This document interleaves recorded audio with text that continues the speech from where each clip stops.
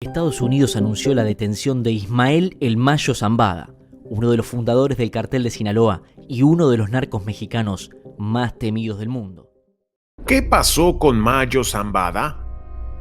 Cayó el Mayo Zambada. Con ese titular en la televisión y los diarios, se detuvo todo México el 25 de julio de 2024. Nadie podía creer que un narco de la talla de El Mayo estuviera detenido nada menos que en Estados Unidos.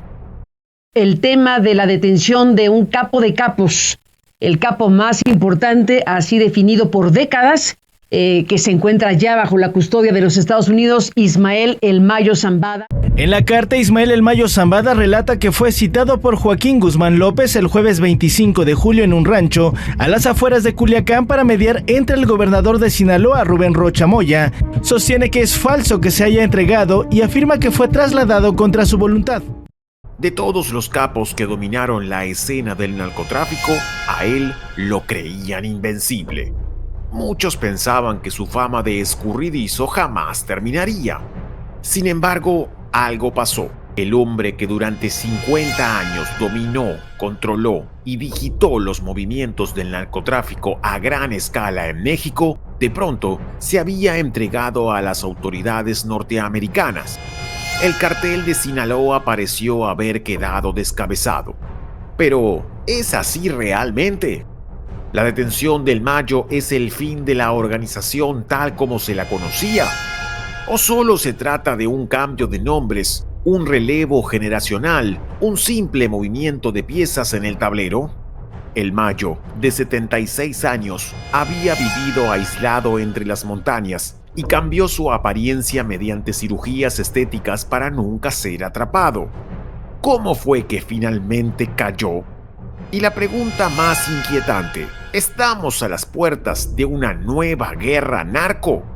Para saber estas respuestas y nuevos datos sorprendentes, te sugiero que te quedes hasta el final del video.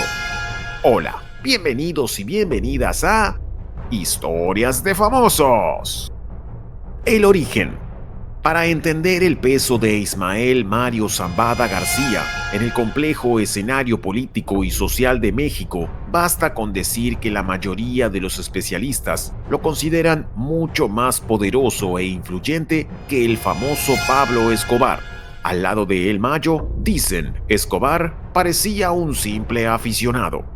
Nacido en Sinaloa el 1 de enero de 1948, inició su prolífica carrera delictiva en los años 70, cultivando amapola y muy rápido escaló posiciones. Desde joven demostró ser hábil, calculador y capaz de resolver cualquier problema. Quienes dirigían la organización por esos años eran Miguel Ángel Félix Gallardo, Ernesto Fonseca Carrillo y Rafael Caro Quintero.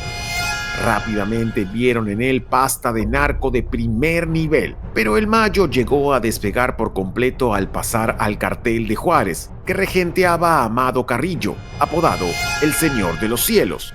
Allí probó lo que realmente podía alcanzar dentro de una organización y tuvo un rápido ascenso que lo llevó a ser un joven líder de prometedor futuro en el oscuro submundo narco. Entre sus muchas habilidades, El Mayo siempre cultivó el perfil bajo. A diferencia de otros capos del narcotráfico, como el ya mencionado Pablo Escobar en Colombia, Zambada siempre se mantuvo fuera del radar de los medios. No le gustaba que se le conociera y sabía que en esa discreción estaría la fórmula de su éxito. Si operaba entre las sombras y poco se sabía de él, acabaría formándose un mito a su alrededor. Tendría el ilimitado poder de que solo unos pocos lo conocieran y que a su vez alimentaran cada vez más y más las historias de todo lo que era capaz. En los años 80 su poder ya lo llevaba a lo más alto de Lampa y consiguió hacerse un lugar propio aprovechando una situación que le daba ventaja. La mayoría de los líderes del narcotráfico de esos años habían ido cayendo uno a uno. Nos referimos a Rafael Caro Quintero, Ernesto Fonseca Carrillo y Miguel Ángel Félix Gallardo. Todos iban siendo detenidos y de pronto Zambada tuvo el terreno libre para seguir avanzando y concentrando poder. Pero, ¿qué hacía el Mayo específicamente? La respuesta es que lo hacía todo. Exportaba cocaína y heroína de México hacia Estados Unidos, sí, pero además no tenía miedo de diversificarse o recurrir a toda clase de instrumentos para hacer más efectivo el contrabando. Tejía alianzas, utilizaba submarinos, aviones, túneles subterráneos, trenes y hasta barcos, todo lo que fuera necesario para dominar con mano de hierro cualquier vía de tráfico imaginable. Todo estaba bajo sus dominios. Y mientras su mito crecía y crecía, también lo hacían las historias que se contaban sobre este enigmático personaje. Su leyenda viva fue tan grande que resulta difícil distinguir entre la realidad y la ficción. Y al Mayo, justamente, le gustaba que eso no quedara del todo claro.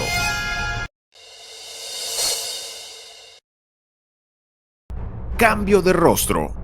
Cuando en 1989 el Mayo Zambada y su socio, el famoso Chapo Guzmán, crearon el cartel de Sinaloa, recogiendo los pedazos del cartel de Guadalajara, sabían que se traían un negocio multimillonario entre manos.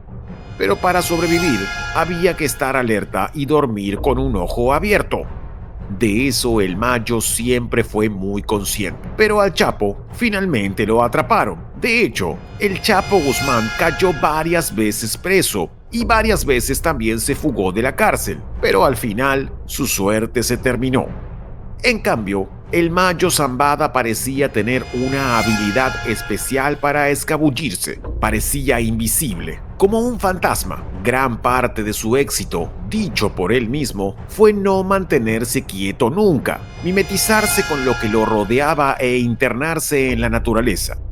Durante mucho tiempo se mantuvo oculto en el llamado Triángulo Dorado, una zona montañosa entre Sinaloa, Chihuahua y Durango, de la que a los narcos han hecho un fuerte impenetrable.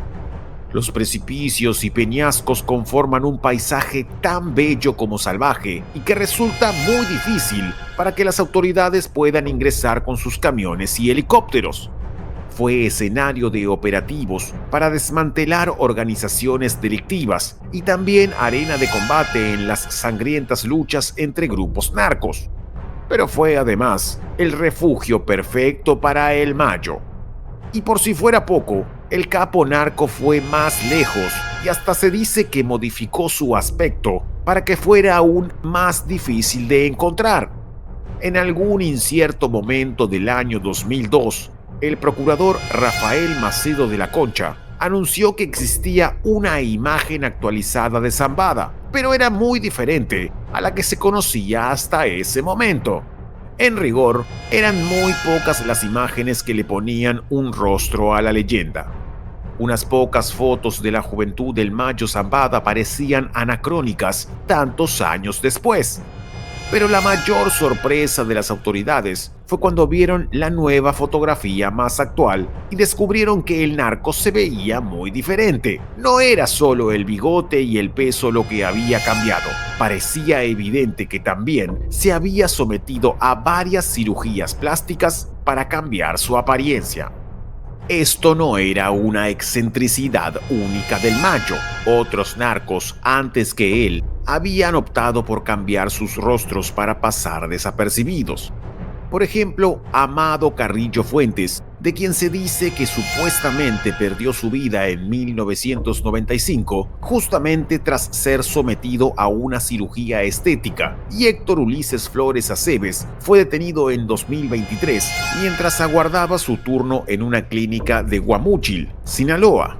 Se cree que tenía turno para hacer modificaciones en su rostro e injerto de cabello y seguir esquivando así a la ley. Esta llamativa estrategia de someterse a operaciones para que las fotos de búsqueda nunca fueran del todo acertadas fue algo que evidentemente le funcionó al Mayo. Pero su habilidad iba mucho más allá, y a pesar de cultivar un perfil bajo, en cierto momento se prestó a dar una entrevista, sabiendo que aquello podía valerle hasta su libertad. La odisea de entrevistarlo. Parados en la tierra y con dos raquíticos árboles de fondo, el Mayo Zambada y el periodista Julio Scherer posaron ante una cámara en medio de un gigantesco operativo de seguridad. El objetivo, que el Mayo brindara una entrevista, algo absolutamente extraño en él. Las fotos que se sacó junto al reportero permitieron que en 2010 se supiera cómo se veía el Mayo en ese momento, fornido, con un espeso bigote negro, los ojos ensombrecidos por una gorra para el sol y una altura que con facilidad superaba el 1,80 m. El punto de encuentro entre el entrevistador y el Mayo Zambada fue un desconocido sitio en ese misterioso triángulo dorado, entre montañas y árboles. El narco se presentó a la entrevista con unos pantalones de mezclilla de color azul claro, una camisa de polo gris y una gorra negra para hablar durante unos pocos minutos con el periodista. La imagen del narco recorrería el mundo y los diarios publicarían los escuetos datos personales que había podido obtener el reportero. ¿Cómo consiguió un periodista dar con el paradero del hombre más escurridizo de México? Según se dijo, fue una invitación del propio Mayo, quien lo citó en un sitio específico y accedió a responder sus preguntas. Scherer sabía que se estaba jugando la vida, pero fue al lugar indicado con un hombre que dijo ser el nexo entre él y el Mayo. Llegar hasta el narco fue una odisea. Lo llevaron en 4 autos diferentes, cambiándolos en el medio de la nada para dificultar el rastreo, y lo hicieron dormir en una casa, en un remoto paraje, y al día siguiente volvieron a subirlo a un auto para adentrarse aún más en las montañas. Finalmente llegó a la guarida del Mayo, que lo esperaba sentado a una mesa y con el desayuno servido. Hablaron bajo la atenta mirada de guardias de seguridad fuertemente armados, y el Mayo le confesó que había querido darle la entrevista a él porque consideraba que era el único periodista que no mentía. También el Mayo se mostró vulnerable. Le dijo que solo le temía a una cosa: ser capturado. Y lanzó una advertencia que hoy se diluye ante los últimos hechos. Dijo que en el caso de que lo atraparan, no dudaba ni un segundo en quitarse la vida. ¿Teme que lo agarren? Tengo pánico de que me encierren. Si lo agarraran, ¿terminaría con su vida? No sé si tuviera los arrestos para matarme. Quiero pensar que sí, que me mataría. En 14 años, el Mayo se mantuvo lejos de la ley, escabulléndose como tan bien sabía hacerlo. Pero finalmente, cuando cayó ante las autoridades, se entregó mansamente. ¿Qué fue lo que cambió en él? La captura. Cuando un avión aterrizó en El Paso, Texas, eran contadas las personas que sabían que a bordo viajaba uno de los hombres más buscados del mundo. Aquel por el que la DEA ofrecía una recompensa de $15 millones. El Mayo Zambada se escurría siempre como arena entre los dedos, y en Estados Unidos hacía tiempo que lo tenían en la mira. Se lo veía como uno de los últimos jerarcas de la droga que se negaba a ser atrapado. Cuando el Mayo bajó del avión, se encontró ante un descomunal operativo secreto, cuyo único objetivo era ponerlo por fin en una cárcel norteamericana. No se sabe a ciencia cierta cuál fue la reacción del Mayo al descubrir aquella militarizada emboscada. Trascendió que no se resistió, no hubo violencia y quizás tampoco palabras. El Mayo estaba sorprendido. De todo se ha dicho en las últimas horas, pero lo que sí se sabe es que no cayó solo. En el mismo avión viajaba Joaquín Guzmán López, hijo de El Chapo Guzmán, y en teoría habían abordado esa aeronave con la idea de visitar una pista de aterrizaje clandestina que se encontraba muy próxima a la frontera con Estados Unidos. Sin embargo, el avión siguió de largo para llevar a El Mayo directamente a quienes lo estaban buscando. Se dio cuenta mientras estaba en lo alto del cielo. Habrá notado que aquel paisaje que lo recibía no era el de México. El final de la vida delictiva del Mayo llegó de una forma inesperada, porque siempre había prometido que habría sangre de por medio. Nadie imaginaba que acabaría, como muchos otros, compareciendo ante la justicia de Estados Unidos. Fue la caída repentina y silenciosa de un hombre que había causado pavor y que, entre otras cosas, se había caracterizado por haber edificado un imperio al lado de su famoso socio. Su historia con el Chapo. En los tiempos de esplendor en su turbia carrera como narco, el Mayo tuvo un aliado, el Chapo Guzmán.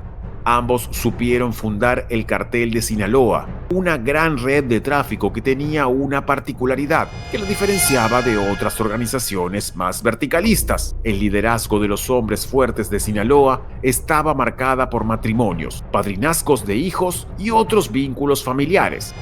Efectivamente, además de ser socios en los negocios, el Mayo y el Chapo tienen un enlace de otro tipo.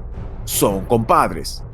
Además de apadrinar a sus hijos en bautismos, una hija de Guzmán Loera se casó con un hijo de Zambada, y ejemplos como ese se cuentan por decenas dentro de la organización interna del cartel.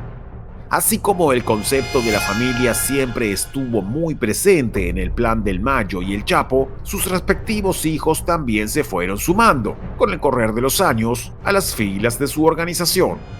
Pero todos estos pactos finalmente se rompen o se resquebrajan.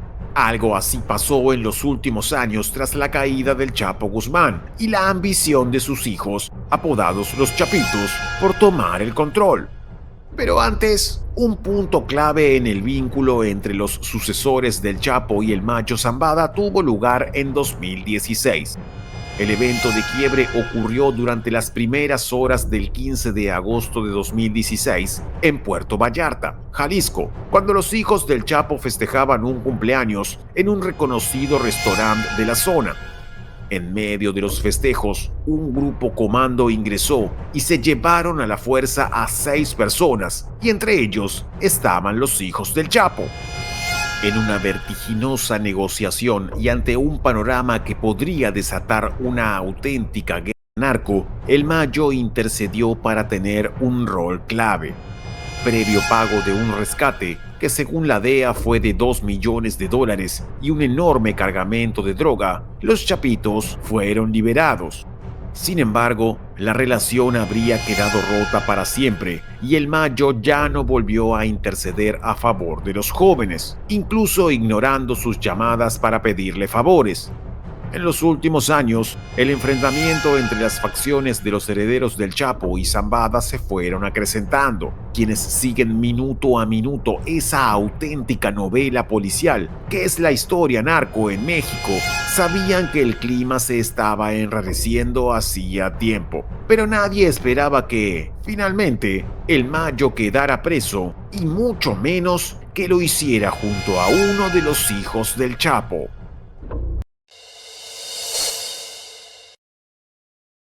Las teorías.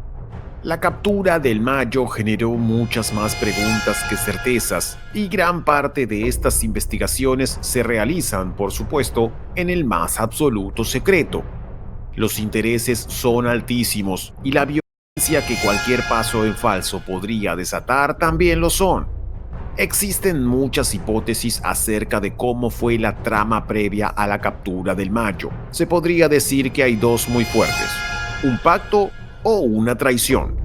La primera posibilidad apunta a que el Mayo se entregó voluntariamente luego de una larga negociación con Estados Unidos.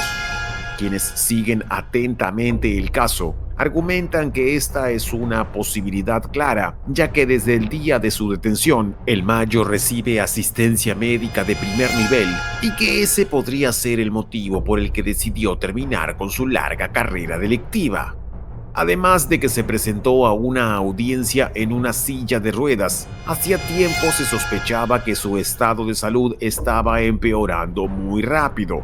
Esto le impediría mantener su vida de prófugo y ni hablar de su liderazgo en la organización.